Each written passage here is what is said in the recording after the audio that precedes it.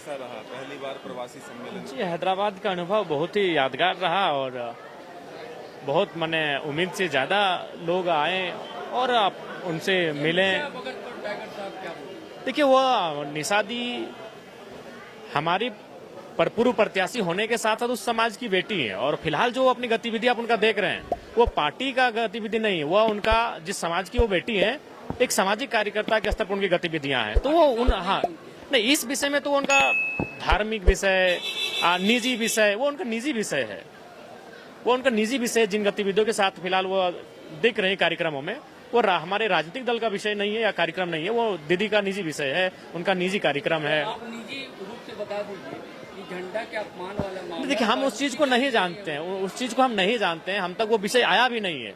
बस उन्होंने टेलीफोन किया था कि भाई आप इन सब चीजें से आपको बता देना चाहेंगे कि हम एक उस समाज की कार्यकर्ता भी हैं, बेटी भी हैं, अतः आप आपके राजनीतिक दल की नेत्री होने के नाते वो कार्य हम नहीं कर रहे हैं, वो उस समाज की बेटी होने के नाते कर रहे हैं। बस उन्होंने टेलीफोन किया था।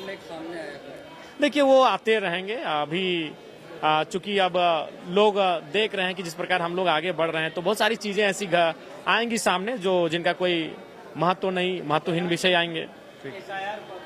मैंने देखिए, हर एक चीज का दो पहलू होता है, ससमय होना चाहिए चुनाव और किसी अपने चुनाव मैंने लोकप्रियता के भय से या फिर कुछ चीजों के कारणों से ना हो, ससमय होना चाहिए और तरीके से होना चाहिए।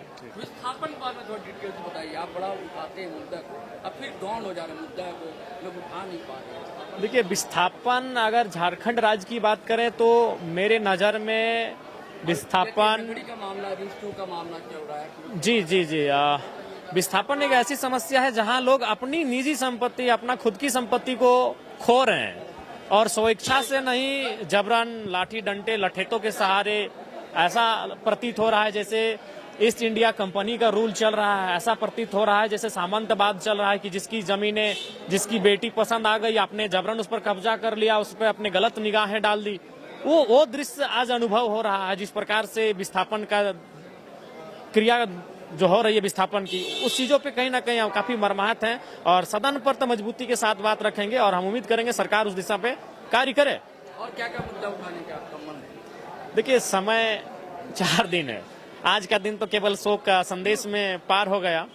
तो इन 4 दिनों के समय में हमने गैर सरकारी संकल्प रखा है, विस्थापन को ध्यान आकर्षण में रखा है, प्रवासी मजदूरों को, और बाकी मान के चलिए एक दिन तो आपका अनुपूरक बजट में पार हो जाएगा, यानी 3 दिन आपको बहस का मौका मिलेगा। तो उम्मीद करेंगे उसमें एक आपका नियोजन और स्थानीय नीति पे बहस कर लें। एक दिन हम कुर्मी एसटी का जो मामला है उस पे बहस कर लें और बाकी समय काफी कम है इस बार।